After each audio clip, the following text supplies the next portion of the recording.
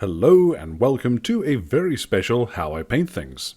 Now what I've got whizzing around in front of me today is one of the Shield Maidens from the Hornblower range. That's available from North Star Miniatures. Now that is a name which you might have heard before, and if you haven't, I'd be surprised because these guys are responsible for supporting a range of games.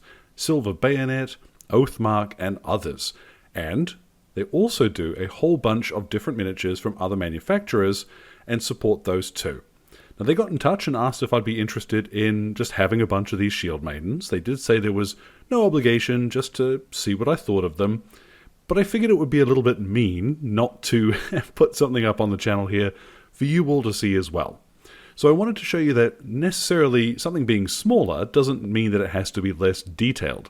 But the techniques we're going to use are still very simple. So all of the paints for this one will be listed in the description below. Let's get started. So first of all, I had to decide on how I was going to base the miniature, because you can see there's a little bit of metal tab on the bottom there, which has got a bit of texture to it. It's going to make it easier to base her later, but she's actually sitting on a 2-cent euro piece. I haven't defaced a 2-cent piece, I've purchased a base with it, all right? Now, once that's all done, I've gone ahead and primed her with a spray of leather brown, and then gone back with a little bit of leather brown from the pot, thinned down a bit just to reach some of the areas that I had missed with the primer, like up under her arms and a couple of little bits in the furry stuff that she's wearing. You don't just want to stand over, particularly with a 15mm figure, and spray it until you fill in all the detail. So once I had most of her primed, just a wee touch from the pot was enough to do that. So same as if I were painting a larger miniature, I'm going to begin with her skin. Now for this, I'm going to use Agate skin from the Army Painter. And I've got just a tiny wee bit of water in my brush, which I'm mixing onto the palette now. Now I'm going to use today a slightly larger brush than you might expect. This is a size 2. Now the point of using a larger brush here is really to do with the point, because I'll quite often see folks using the teeniest, tiniest brushes. And what's happening is you'll regularly see the paint drying on the tip of the brush before it gets anywhere near the miniature. What's important isn't so much the size of the brush, gosh, can I keep her in shot, but the tip that it will keep while you're painting. Your control of the paint is more to do with that tip and where you can put it. You'll see I've only got a little amount on my brush anyway. Agate skin, I am going to need to come back and give this a second coat, particularly over a leather brown primer, but that is not too difficult. And you'll see even with this size 2 brush, which might seem pretty big, because I can put the paint where I want it to go, size of the brush doesn't matter. You almost always want to pick a brush larger than you might think when you're applying your base coats. Now with that done, I'm going to turn over here to Ancient Stone to get the inside, the wooden side of the shield, because this would normally have been left unpainted or stained in some way, but you'd still see the planks. So this is going to take a little bit of gymnastics. It will be easier off camera. So as well as the wooden interior, I have quickly blasted a thin coat of that over the top. I'm not worried about that covering perfectly. That's just going to give me a little bit lighter base coat to work from, no matter what I decide to paint the shield later. What I'm turning to now, this is Barren Dune, and this is a light yellowish kind of color. This one, same as with most of these light colors, is going to take a couple of coats, but it's a nice, fairly generic sort of yellowish beige, so it's good for linens and what have you, which have been quite simply dyed. So as much as possible, I'm going to keep my brush moving in the same direction to make sure I've got a nice smooth finish. I am getting it a little on the boots, but oh well, we're going to paint those later anyhow. So this part, and I'm also going to paint her sleeves in this as well. Now this I find is where the advantage of 15mm figures really comes to the fore, because you've got so much less to do. The color can still be a little bit tricky to apply. You know, lighter colors, they do take 2 or sometimes 3 coats, but you're just applying less of it on these tiny figures. So you can spend a little bit more time getting that smooth finish. What I have now is Command Khaki, and I'm applying this. This is a slightly rattier, little cheap synthetic brush from the stationery aisle. And what I'm going to do is paint in the fluffy fur around her shoulders. Now I'm using the synthetic brush here because I can be a little bit more vigorous. You know, I can jam it in, make sure I'm not missing anything, and I'm not going to ruin a nicer brush. Now, it's occurred to me only just now that this little circular thing on her chest, I should probably have painted that before doing the fur. What I've got is some gunmetal, and I'm going to put this on the little roundel first, because I'm going to paint it gold later, but a little bit of silver under there is going to help. Otherwise, what we'll then do is grab some more gunmetal and paint over all of the metallic stuff. So, quickly wiggling along her chainmail, nice and simple like that. This bit will not take long at all. Now with that done, I'm going to grab some greedy gold and go over just a couple of the bits that I want to be, well, gold. If I wanted a brassier finish, maybe something like weapon bronze or true copper would work. But because I want this to be quite bright, and I know I am going to wash it with a fairly dark wash later on, better to use a lighter color here. I'm going to switch back now to my regiment brush, and what I have here is Tree Ancient. We're going to use this to paint in the leather details. Well, some of them. Some of them we're going to go back with leather brown, but I like mixing it up, adding a little bit of visual variety in some of these colors. Now, speaking of that leather brown, what I'm going to do is grab some fresh stuff from the pot, and I'm going to tidy up her leggings and the straps here on the inside of her shield. Now, a couple of details like her scabbard and her hair, I'm going to paint in black.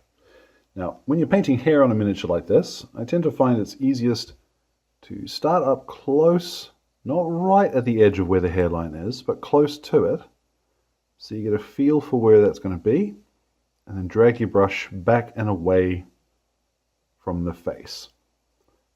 So, over the hair, and like I said, also the scabbard with this. Now, I've just figured out what I'm going to do with the shield, so I'm glad to have put down that ancient stone first, because now what I'm going to do is grab some white. And I am going to whiten the entire shield.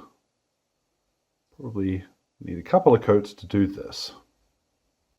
So 2 coats of white later. Now what I've got, this is not very much on my brush, this is Eternal Hunt. A nice rich green color. And that's a little bit scratchy. I probably need a bit more water in my paint there.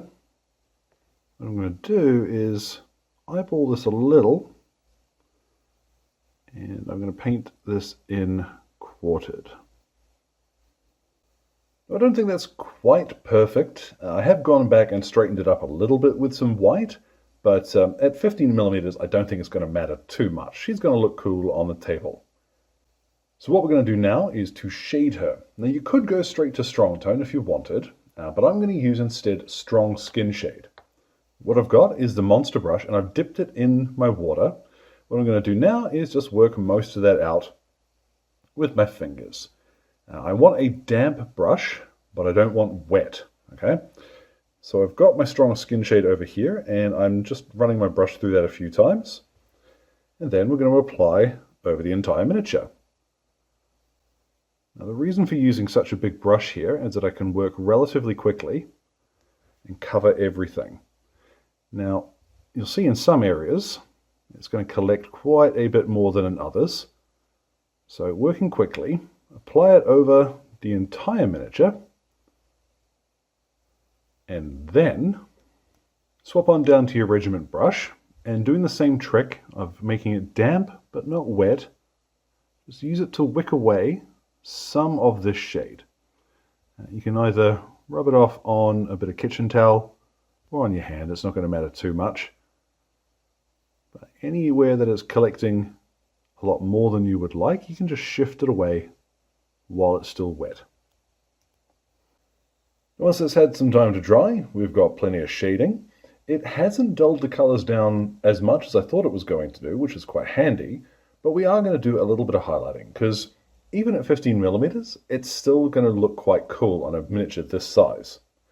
What I'm going to start with is by going back to the base colors for the clothing, so leather brown, that Barren Dune, and I'm going to go over a little of that, and I'm going to brighten up some of the more prominent, flatter areas, leaving the shaded bits in the recesses. Now, because I am going to do this just on the clothing colors, I'm going to do most of this off screen. Now, light, of course, I'm right back. So here's that Barren Dune. And same as when you're applying it, you want to try and keep the brush going in the same direction, just drawing down areas and leave a little bit of that shaded color towards the recesses. Now, as well as her clothes, I also did a little bit of that on the white on her shield, and I'm now going to do the same thing with the green too. The idea here is I want to try and apply a little bit of the texture of the shield. So I'm going to hold it as carefully as I can here, see if I can get this in shot. And then instead of just painting in the whole area, what I'm going to do is little scratchy lines. I'm not too worried if they fill in a bit more, because I want them to be random. So once I've got a little bit of texture there, gosh, you can't really see that on the screen, but once you've got it in front of you in reality, you might find it a little simpler. But just little lines, so just a tiny amount on your brush, and you want to leave some of that shaded area in the flat bits. Now, for some of these colors, we are going to turn to fresh and different paints to highlight them. So what I've got is fur brown, and this is what we're going to use. Just a tiny wee bit of this on the edges of some of the leather details, that warm leather that we painted. You don't want to add very much of this, just enough to make it look as though the corner is satchels and belts and what have you, just catching the light. And one of the beautiful things about ancient stone is that with just a little bit of that on your brush, you can very easily dry brush the fur bits and it will look great. I'm using my little raggedy synthetic brush for this again. As well, if you're careful with it, you can dry brush the yellow clothing as well. You'll see it adds just a little bit more definition there. Very easy to do as well. So I'm turning now, this is barbarian flesh. And with this, what I'm going to do is paint in, let's get her in shot. I'm going to paint in most of the skin under this and leave as much as I can in the recesses of the shaded agate skin from earlier. So this is where a bit of brush control is going to come in handy. Little bit of paint on my brush at a time, as you see. And taking my time here. Any time that I lose the tip on my brush, like say it starts to fray, what you can do is just load up with a little bit of paint, get it on your thumbnail and twirl it, and you'll get your point back very quickly. Super handy, especially when you're doing hands. Now up close, that's going to look quite intense and very staring. The sockets of her eyes in particular are going to really stand out. But we are making sure that we can see at a distance. Once we put her on the table, we want to be able to see these details still. So while ruby skin is technically the next one up in the skin tone set for this color range I'm using, I'm going to highlight her skin with, again, this is Dorado flesh, or Dorado skin. Now, Dorado skin is very, very light. It is almost white. So all I'm going to do with this is highlight her nose, her chin, cheekbones, and her brow. Just enough to add a bit more shape that when we put her on the table, we'll be able to see the features of her face. Now, her skin is a little lighter and lacks some of the definition I would like. So what I've got, this is dark skin shade. So I've mixed in a little bit of the quick shade medium. There's about half and half. And what that's going to do is give us a little bit more warmth, a little bit more depth, but without making her look super purple. Don't forget to do hands with this mix as well. If ever you're worried you've made something too light, just a thin wash, knock it back. It's nice and simple. I've got a bit of deep grey on my scraggly brush here, and I'm going to lightly dry brush her hair. Just enough that it's got a bit of texture to it. Now, ordinarily when I'm painting most miniatures, I like to paint the eyelids rather than the eyes. But at this scale, I think what I've done is just lightened up the eyes enough that it would be a better idea for me to hit it with a little bit of black and dot in those eyes. So let's see if I can do, I am going to do this off screen because I can't see what I'm doing with the camera in the way here, unfortunately. Now here I think it is definitely worth doing the eyes over a skin tone rather than like painting a white line in first. I think at this scale, bright white eyes is going to look really weird. So happy accidents, but I'm pleased with how that's turned out. Nice and subtle. I've got some plate mail metal, and what I'm going to do is just paint there. Now with some plate mail metal, I'm going to brighten up her sword, nice and quick. I'm going to leave the pommel and what have you a little bit grimy, like it's a darker metal. And I'm also going to pop in a little bit of this on the edges, there we go, of her scabbard, just to brighten that up a touch. And then the final bit that I'm going to apply, and I'm really getting into the realm here of just painting for the sake of it, but I did say I was going to go a bit silly. I have true brass, and I'm going to just dot in a little bit of this here on the edge of the gold bits. Same too on her shield. Just a little bit across the top here. Now the last thing I'm going to do is to take her outside and varnish her. I will then base her like I normally do. I'll pop the recipe for that in the description. Nice and simple. Let's get a look at what she looks like. Yeah, which is all complete. And so, there at last, our Shield Maiden is complete. And like I said, relatively simple techniques. We're still just doing washes, dry brushes, that sort of thing. But it was a lot of fun. I really enjoyed doing something this far out of my wheelhouse. I think for games like, 5 Leagues from the Borderlands, for example, would be a really good one to play with 15mm figures. And there is a pretty huge collection out there. If you're someone who's just coming to miniatures or have only ever really seen 28mm or heroic miniatures, then 15mm, there's a lot out there. So definitely worth checking it out. I will make sure there's a link in the description to where you can find these at North Star as well. So thank you again to them, and as well thank you to Exit 23 Games for the light and sound equipment, as well as all of my wonderful patrons who are keeping me ticking in paints and glue, including my gorgeous producers showing up on screen now. Thank you so much for your support. Any questions or anything, feel free to drop them in the old comment box below. My Blue Sky and Instagram are both linked there too. So thank you very much for your time one and all, and you all enjoy the rest of your day.